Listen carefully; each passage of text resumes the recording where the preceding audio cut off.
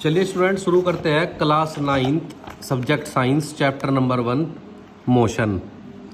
इसमें आज हम कुछ टॉपिक पढ़ने वाले हैं। जैसे स्टार्ट करेंगे सबसे पहले मैकेनिक्स। तो मैकेनिक्स क्या होता है?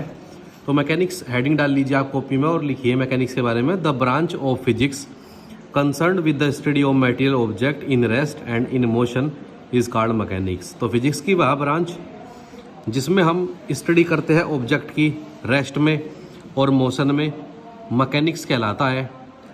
और मैकेनिक्स को आगे और दो भाग में डिवाइड करा गया है, एक स्टैटिक्स में और एक डायनेमिक्स में। अब स्टैटिक्स क्या होता है?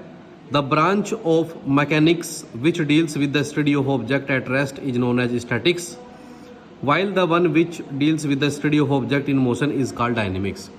यानी कि फिजिक्स की वह ब्रांच जिसमें हम ऑब्जेक्ट का रेस्ट कंडीशन में स्टडी करते हैं, आपका स्टैटिक्स कहलाता है। और जिसमें हम ऑब्जेक्ट का स्टडी मोशन में करते हैं, डायनेमिक्स कहलाता है। जैसे बुक अगर किसी टेबल पर रखी हुई है तो वो रेस्ट कंडीशन है, यानी आप स्टैटिक्स की बात कर रहे हैं। और अगर कोई चीज़ें दौड़ रही है वे सब आपके मैकेनिक्स में आती है। तो to understand the meaning of rest and motion let us consider the following example. अगर आपको रेस्ट और मोशन के बारे में और अच्छे से नॉलेज लेनी है तो कुछ एग्जांपल आपको लिखने होंगे। जैसे आपको बताते हैं, a boy sitting in the classroom, एक लड़का क्लासरूम में बैठा हुआ है। तो बैठा हुआ है तो वो स्टैटिक्स में आएगा। A tree on the ground, तो जो पेड़ है वो ग्राउंड पर है, वो भी रेस्ट में है, यानी वो भी स्टैटिक्स में आएगा। A man sleeping on the bed, एक मैन जो है वो बेड पर सो रहा है, तो वो भी किस में आएगा? स्टैटिक्स में आएगा। ए टेबल इन द ऑफिस, एक टेबल ऑफिस में रखी हुई है, वो भी स्टैटिक्स में आएगा। ए बस मूविंग ऑन द रोड, एक रोड पर एक बस चल रही है, तो वो आपका मोशन में आएगा। ए बस moving on the road, A boat selling on the water, यानी कि बोट पानी में दौड़ रही है या चल रही है, वो भी आपका मैकेनिक्स में आएगा। बस मूविंग ऑन द रोड, यह भी आपका मैकेनिक्स में आएगा। A car moving on the road, एक कार रोड पर चल रही है, ये भी आपका किस में आएगा? मैकेनिक्स में आएगा। A child playing in the play ground, एक बच्चा प्ले ग्राउंड में खेल रहा है, ये भी आपका मैकेनिक्स में आएगा। तो आई होप यहाँ तक की बातें सबको समझ में आ गई होगी। अब इसमें लिखा हुआ है दो चीज़ें, आपको दो डेफिनेशन आपको लिखनी है। तो पहला है आपका रेस्ट का। तो रेस्ट के बारे में क्या लिखा हुआ है? तो ब्लू कलर की जो लाइन है आपको अपनी फेयर कॉपी में नोट डाउन करनी है। A body is said to be at rest if it does not change its position with respect to its surrounding और also with respect to time. यानी कोई भी चीज़ अगर टाइम के साथ अपने पोजीशन को चेंज नहीं करती, वहीं पर फिक्स रहती है, तो वह घटना आपकी कहलाती है किस चीज़ की? रेस्ट की कहलाती है। अगर टाइम के साथ उसमें कोई चेंज उसकी पोजीशन में ना आए। जैसे एक टेबल पर एक बुक रखी हुई है, तो ये हमेशा रखी रहेगी, तो यह कंडीशन किसकी होगी? यह कंडीशन आपकी रेस्ट की होगी।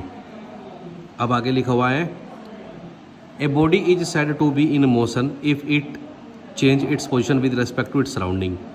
अगर कोई बॉडी क्या करती है, समय के साथ अपनी पोजीशन को चेंज कर लेती है सराउंडिंग के कोरस्पॉन्डिंग, तो वह घटना आपकी मोशन की कहलाती है। एग्जाम्पल इसका है जैसे कि कार है, वो ट्रैवल कर रही है, तो वो सब किसके अंतर्गत आएगा? आपका वो आएगा बच्चों आपका मोशन के अंतर्गत आएगा। अब दो चीज़ें आपको इसमें और डिस्कस करनी है, एक होता है आपका डिस्टेंस और एक होता है आपका डिस्प्लेसमेंट। अब डिस्टेंस क्या होता है? डिस्टेंस के बारे में लिखा हुआ है, the length of actual path travelled by A particle is called distance. यानी कि आप जो टोटल पाथ कवर्ड करती है ना कोई भी बॉडी, वो आपकी डिस्टेंस कहलाती है। तो जितना भी टोटल पाथ कवर होगा किसी बॉडी के द्वारा, वो आपका क्या कहलाएगा? डिस्टेंस कहलाएगा।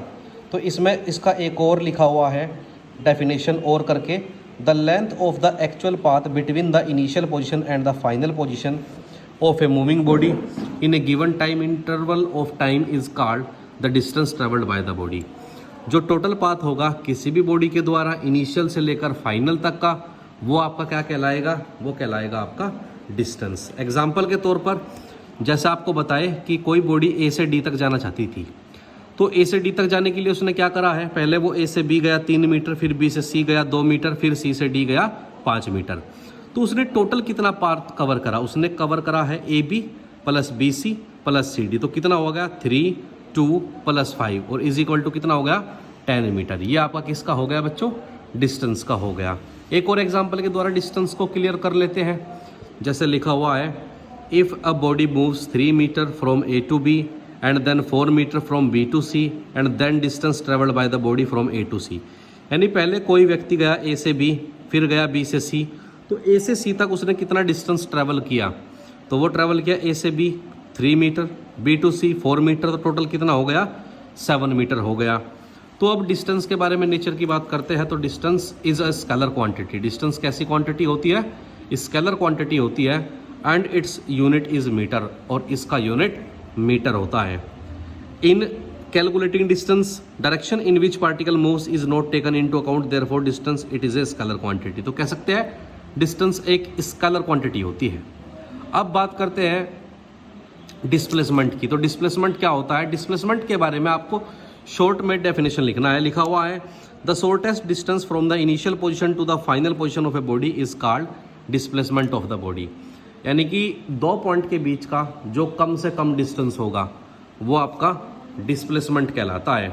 अगर आप वहीं पर एग्जाम्पल की बात करते हैं, तो एग्जाम्पल में लिखा हुआ है, अगर कोई बॉडी ए से बी गई और बी से सी गई और पहुंचना था आपको डायरेक्ट ए से सी, तो आप ए से सी जाने के लिए ए से बी क्यों जाए, फिर बी से सी क्यों जाए, आप डायरेक्ट ए से सी क्यों नहीं जाते, क्योंकि ए से बी तक का डिस्टेंस 3 मीटर है, बी से सी तक का डिस्टेंस 4 मीटर है। तो अगर आप इस राइट एंगल ट्रायंगल में पाइथागोरस थ्योरम अप्लाई करके देखें तो डायरेक्ट ए टू सी का वैल्यू 5 मीटर आता है। तो आपका जो शॉर्टेस्ट डिस्टेंस होगा दो पॉइंट के बीच का ए टू सी, वो आपका 5 मीटर होगा, और ये एग्जाम्पल किस चीज़ का है, डिस्प्लेसमेंट का है। आई होप सबको ये बात यहाँ तक का समझ में आ रही होगी। ठीक है स्टूडेंट्स, अब आपको एक टेबल है वो भी अपनी फेयर कॉपी में नोट डाउन करनी है, और टेबल में है आपका difference between distance and displacement. क्या डिफरेंस है डिस्टेंस और डिस्प्लेसमेंट में, तो डिस्टेंस होता है आपका, it is the length of the actual path travelled by the body in the given interval of time. यानी कि जो टोटल पाथ किसी बॉडी के द्वारा कवर होता है किसी गिवन टाइम इंटरवल में, वो डिस्टेंस कहलाता है। और दो पॉइंट के बीच का जो शॉर्टेस्ट डिस्टेंस होता है, it is the shortest distance between two initial and final position is known as displacement. यानी दो पॉइंट के बीच का जो शॉर्टेस्ट डिस्टेंस होता है वो आपका डिस्प्लेसमेंट कहलाता है। डिस्टेंस स्केलर क्वांटिटी होती है और डिस्प्लेसमेंट आपकी वेक्टर क्वांटिटी होती है। Distance travelled by the body is always positive. Distance जो होगी किसी बॉडी के द्वारा वो हमेशा पॉजिटिव होगी, यानी अगर एक बार आप चल दिए तो चल दिए, वो हमेशा पॉजिटिव कैलकुलेट होगी। बट जो डिस्प्लेसमेंट हो सकती है वो आपकी पॉजिटिव भी हो सकती है, नेगेटिव भी हो सकती है, और जीरो भी हो सकती है। ठीक है, तो 3 ही पॉइंट आपको केवल इसमें करने थे, और आज के लिए हम इतना ही करेंगे, बाकी हम नेक्स्ट वीडियो में डिस्कस करेंगे। तब तक के लिए थैंक यू क्लास।